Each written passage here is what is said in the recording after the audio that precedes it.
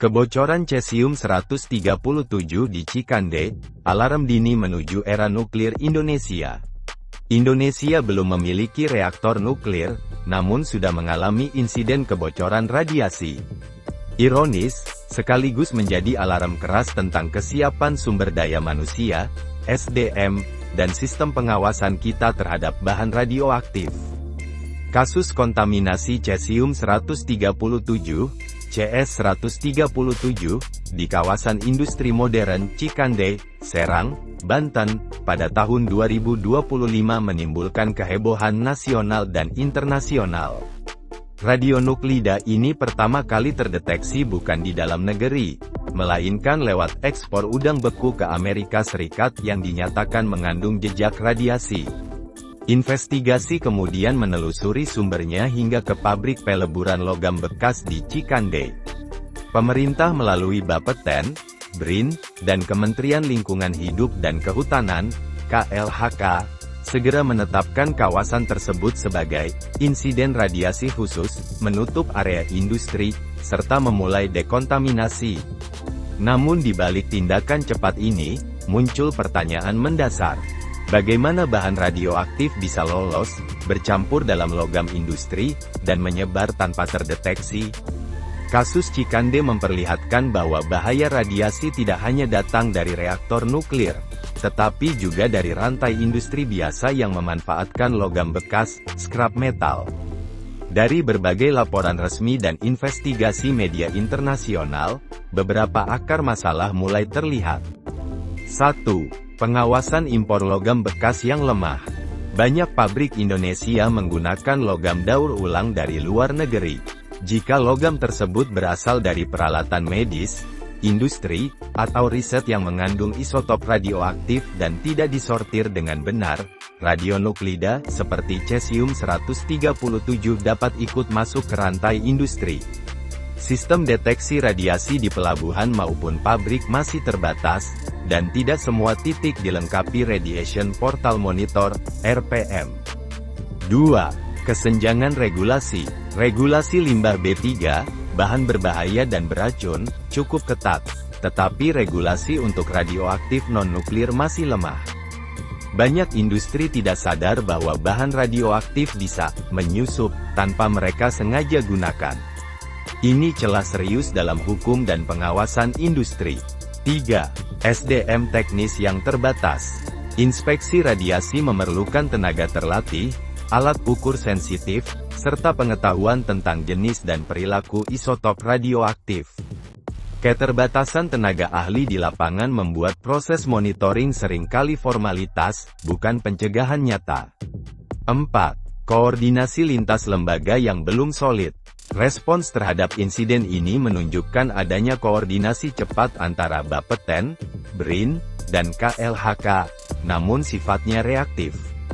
Pencegahan dan monitoring rutin di kawasan industri belum menjadi kebiasaan nasional. 5. Minimnya fasilitas limbah radioaktif aman.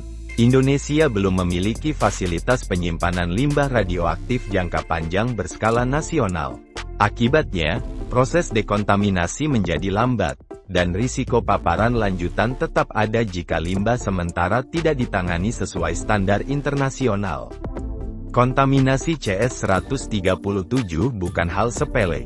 Isotop ini bersifat sangat aktif, memiliki waktu paruh sekitar 30 tahun, dan bisa menyebabkan gangguan kesehatan serius, dari luka bakar radiasi, kerusakan sel darah, hingga risiko kanker dalam jangka panjang. Jika bahan ini menyusup ke produk ekspor makanan atau logam bangunan, dampaknya bisa bersifat ekonomi sekaligus ekologis. Insiden Cikande telah mencoreng reputasi ekspor Indonesia sementara waktu, dan menimbulkan kekhawatiran global tentang standar pengawasan bahan radioaktif di Asia Tenggara. Pertanyaan yang muncul di publik cukup menggugah. Jika kita belum punya reaktor saja sudah bocor, bagaimana nanti kalau sudah punya?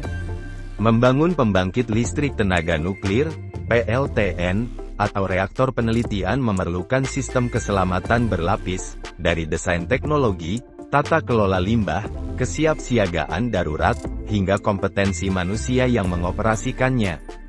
Kasus Cikande menunjukkan bahwa tahap dasar pengawasan bahan radioaktif saja masih rapuh. Sebelum melangkah ke era energi nuklir, Indonesia harus memastikan 3 kesiapan utama. 1. Kesiapan SDM. Tidak cukup hanya memiliki insinyur nuklir. Dibutuhkan petugas inspeksi, tenaga laboratorium, ahli keselamatan radiasi, tenaga kesehatan lingkungan, dan aparat hukum yang memahami risiko nuklir. 2. Kesiapan regulasi dan pengawasan independen. Lembaga seperti Bapeten harus diperkuat secara profesional dan finansial agar benar-benar independen dari tekanan politik atau industri. 3. Kesiapan infrastruktur dan mitigasi.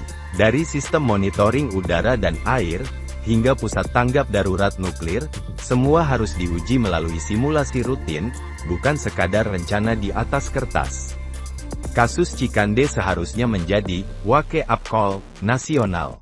Sebelum bicara tentang energi nuklir, kita harus menata dasar pengawasan radioaktif di industri biasa. Beberapa langkah yang perlu segera dilakukan. Perketat impor scrap metal dengan alat deteksi radiasi di semua pelabuhan dan pabrik daur ulang.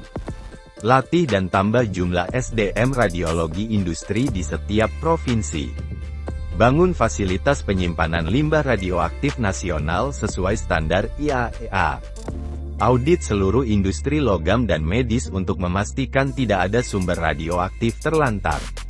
Tingkatkan literasi publik tentang radiasi, agar masyarakat paham cara melapor bila ada dugaan kontaminasi. Perkuat komunikasi antar lembaga agar setiap potensi insiden bisa dicegah sebelum meluas. Kebocoran cesium-137 di Cikande bukan sekadar kecelakaan industri, ia adalah cermin kelemahan struktural. Bahan radioaktif bisa lolos karena pengawasan longgar, SDM kurang, dan budaya keselamatan belum menjadi refleks nasional. Jika Indonesia benar-benar ingin memasuki era energi nuklir, maka pelajaran dari Cikande harus diingat. Teknologi bisa dibeli, tapi disiplin keselamatan dan integritas SDM tidak. Membangun reaktor nuklir tanpa memperkuat manusia dan sistemnya hanyalah menunda bencana.